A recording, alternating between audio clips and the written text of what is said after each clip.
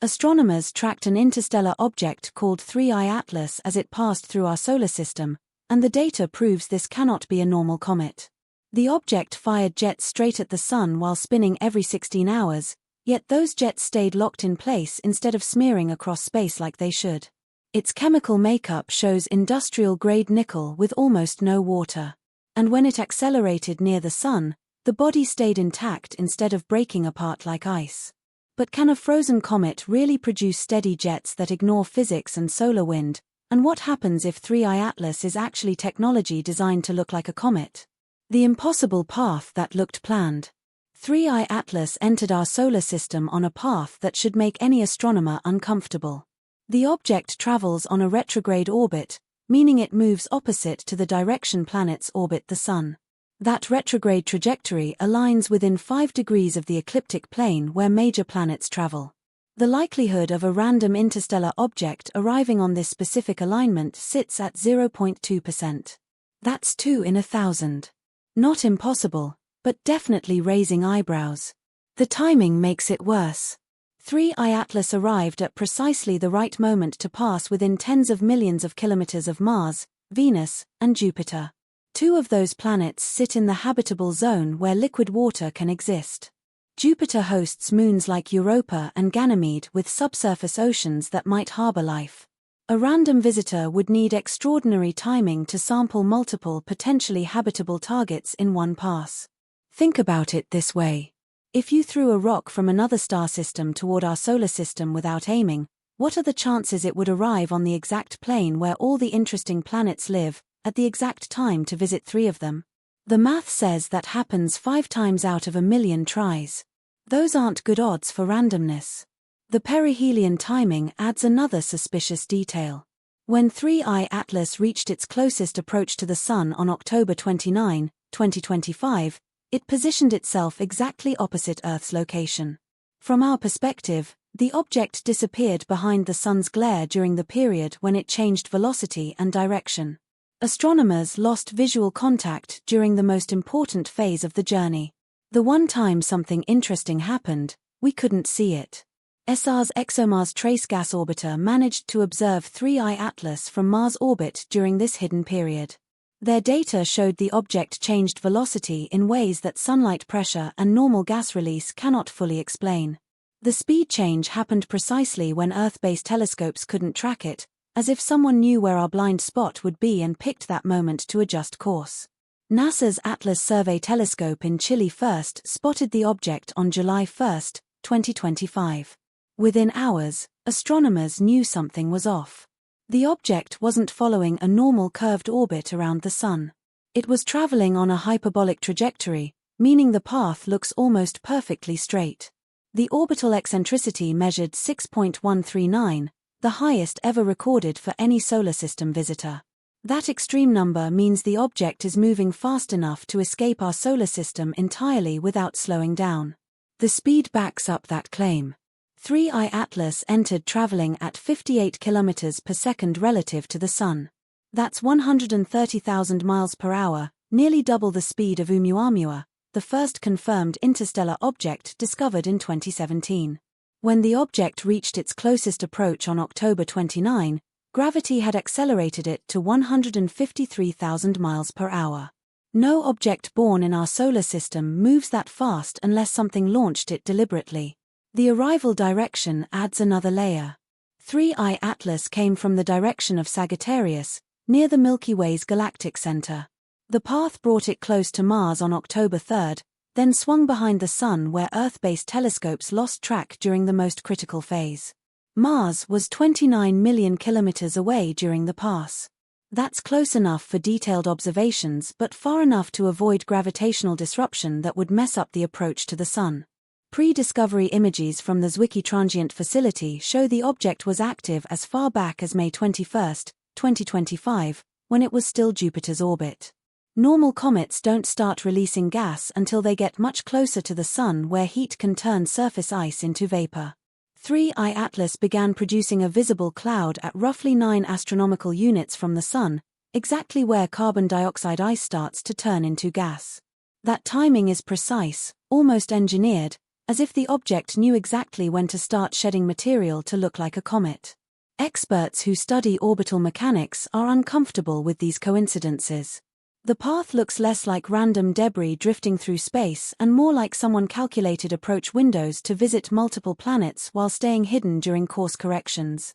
When you stack a backwards orbit with perfect planetary timing and a hidden velocity change, the pile of coincidences starts to lean toward something planned.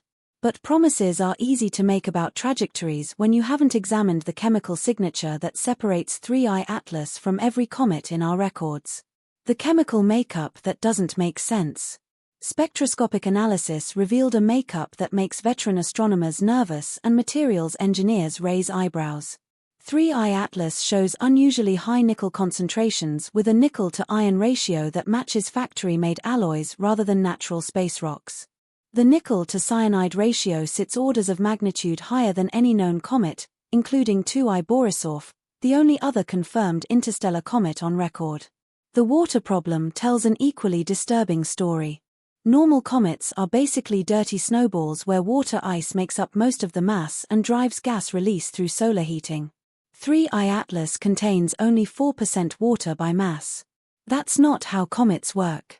Carbon dioxide and carbon monoxide appear to be the main gases, which can turn into vapor farther from the sun than water but don't have enough energy to explain the observed brightness and massive cloud without burning through material at impossible rates.